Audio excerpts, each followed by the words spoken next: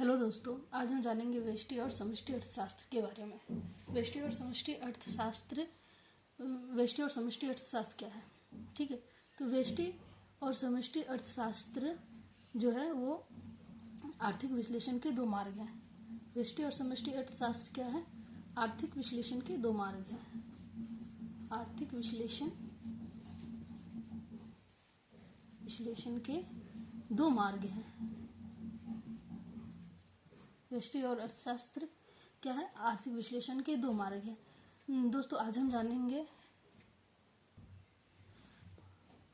व्यष्टि और समष्टि अर्थशास्त्र जो है वो आर्थिक विश्लेषण के दो मार्ग हैं।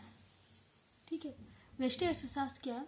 व्यष्टि अर्थशास्त्र जो है वो व्यक्तिगत आर्थिक इकाइयों का अध्ययन है। व्यष्टि अर्थशास्त्र क्या है? वो है व्यक्तिगत आर्थिक इकाइयों का अध्ययन। व्यक्तिगत आर्थिक इकाइयों का अध्ययन।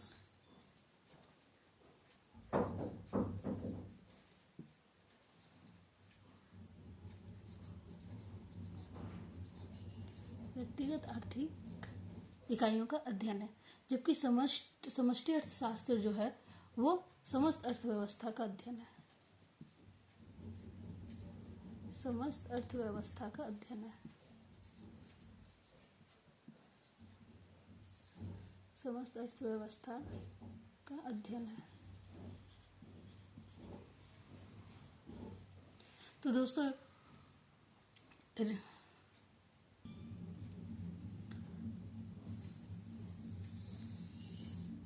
रेगनर फिश जो थे,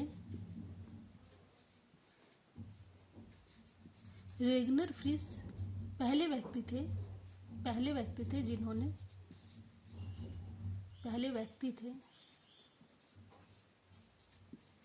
जिन्होंने अर्थशास्त्र में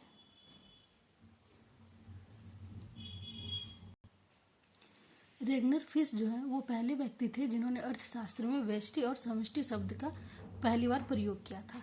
ठीक है, 1933 में। तो दोस्तों, अभी हम जानेंगे, अभी के वीडियो में हम लोग व्यष्टि अर्थशास्त्र के बारे में जानेंगे और इसके नेक्स्ट वीडियो में हम समष्टि अर्थशास्त्र के बारे में जानेंगे। व्यष्टि अर्थशास्त्र का अर्थ क्या है? व्यष्टि अर्थशास्त्र का अर्थ क्या है? तो इसका अर्थ है व्यक्तियों के छोटे ग्रुपों की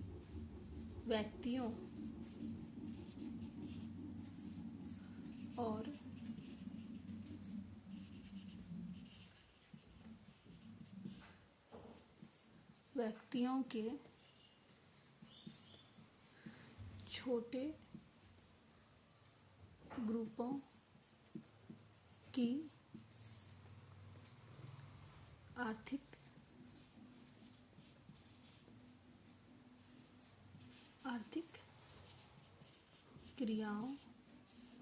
आर्थिक क्रियाओं का अध्ययन।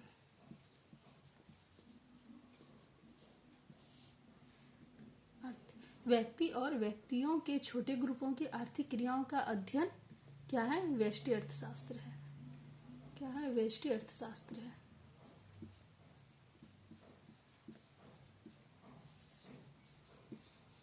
व्यष्टि अर्थशास्त्र है।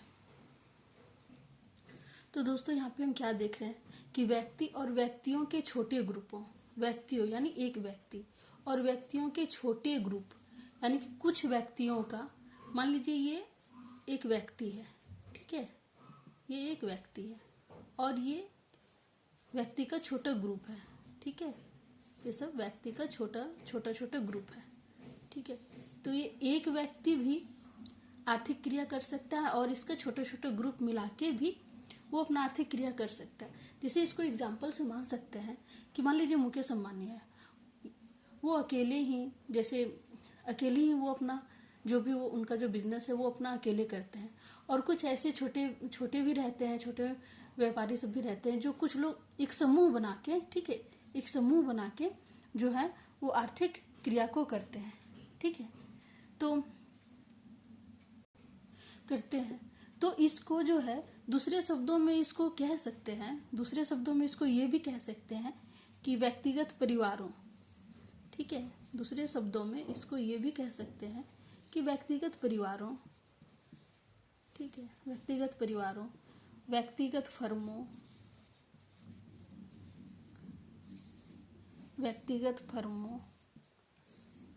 एवं व्यक्तिगत उद्योगों,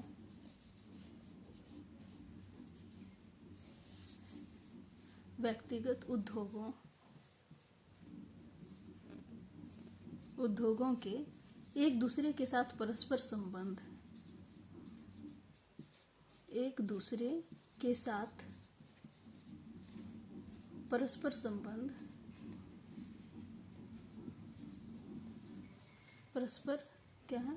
परस्पर संबंधों का अध्ययन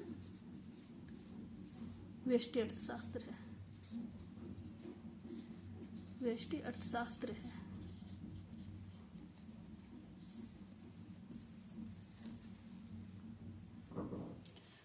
तो इस प्रकार हम देखते हैं कि व्यष्टि अर्थशास्त्र का अर्थ क्या है।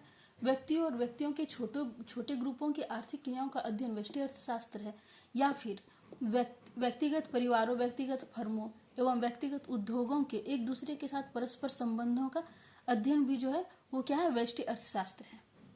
ठीक है, तो अब हम जानेंगे कि व्यष्टि अर्थशास्त्र में किनका अध्ययन किया जाता है, व्यष्टि अर्थशास्त्र में किसका अध्ययन किया जाता है।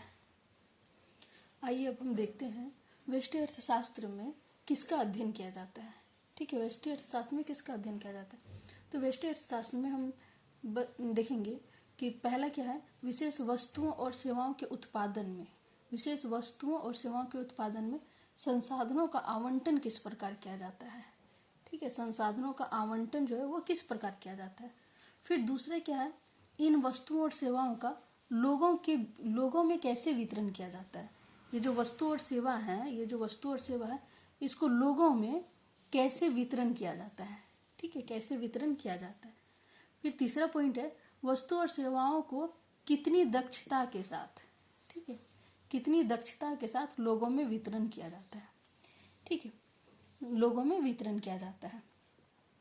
इस प्रकार हम देखते हैं कि संसाधनों के वितरण में जो दक्षता है, ठीक है, संसाधनों के वितरण में जो दक्षता है वो कल्याण अर्थशास्त्र से संबंधित है। किससे संबंधित है, कल्याण अर्थशास्त्र से संबंधित है। कल्याण अर्थशास्त्र से ये जो है ये कल्याण अर्थशास्त्र से संबंधित है, क्योंकि जब हम वस्तु और सेवाओं को जो है वो अच्छी दक्षता के साथ जब लोगों में वितरित करते हैं तो क्या होता है, उससे एक तरह से लोगों का कल्याण होता है। ठीक है, तो ये कल्याण अर्थशास्त्र से भी संबंधित है।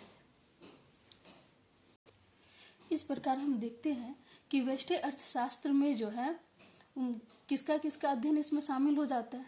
व्यष्टि अर्थशास्त्र में किसका अध्ययन शामिल हो जाता है। पहला हो जाता है व्यक्तिगत परिवार का,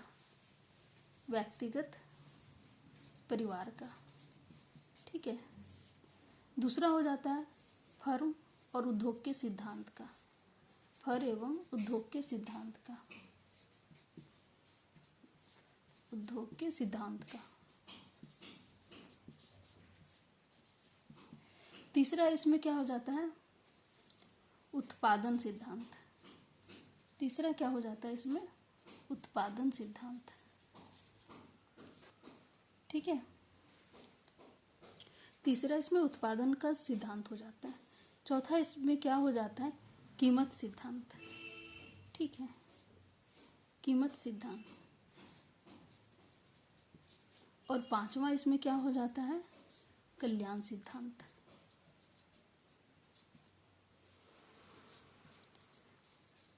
कल्याण सिद्धांत। अगर आप ध्यान से देखेंगे तो अगर आप इसमें पहले कैसे है, व्यक्तिगत परिवार है, ठीक है, फर्म और उद्योग का सिद्धांत है। तीसरा क्या, उत्पादन सिद्धांत है। चौथा क्या है, कीमत है। और पांचवा कल्याण है। ठीक है, उम्मीद करते हैं आपको समझ में आया होगा। अब हम देखेंगे व्यष्टि अर्थशास्त्र की महत्व क्या है। ठीक है, अर्थशास्त्र में जो है, अर्थशास्त्र पर व्यष्टि अर्थशास्त्र का क्या महत्व है। तो देखेंगे व्यष्टि अर्थशास्त्र का महत्व क्या है। ठीक है, व्यष्टि अर्थशास्त्र का महत्व जो वो सैद्धांतिक और व्यवहारिक दोनों ही प्रकार से इसका महत्व है। ठीक है, केन्ज जो है, प्रसिद्ध अर्थशास्त्री केन्ज, जिन्होंने कहा है कि मनुष्य के विचार का उपकरण है। व्यष्टि अर्थशास्त्र को केन्ज ने कहा है कि यह मनुष्य के विचार का उपकरण है। मनुष्य के विचार का उपकरण है।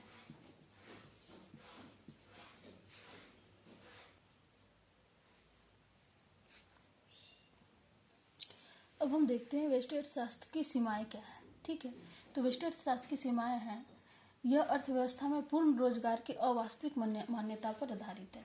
यह अर्थव्यवस्था में पूर्ण रोजगार की अवास्तविक मान्यता पर क्या है, आधारित है। दूसरा क्या, व्यष्टि अर्थशास्त्र जो है वो आबाद नीति की मान्यता पर आधारित है। किस पे आधारित है? आबाद नीति की मान्यता पर आधारित है। परंतु क्या है, अब यह नीति बिल्कुल प्रयोग में नहीं लाई जाती है। अब यह नीति बिल्कुल प्रयोग में नहीं लाई जाती है। तीसरा है, कई सारी आर्थिक समस्याओं का विश्लेषण करने में व्यष्टि अर्थशास्त्र असमर्थ ही नहीं है, बल्कि क्या है, भ्रांतिजनक भी है। असमर्थ ही नहीं बल्कि भ्रांतिजनक भी। तो इस प्रकार दोस्तों इस वीडियो में हमने जाना कि व्यष्टि अर्थशास्त्र क्या है, व्यष्टि अर्थशास्त्र का महत्व क्या है और इसकी सीमाएं क्या है। उम्मीद और नेक्स्ट वीडियो में जो है उसमें हम लोग समष्टि अर्थशास्त्र के बारे में जानेंगे। तो उम्मीद करते हैं ये वीडियो आपको पसंद आया होगा। अगर पसंद आए तो लाइक और सब्सक्राइब जरूर कीजिएगा। Thank you.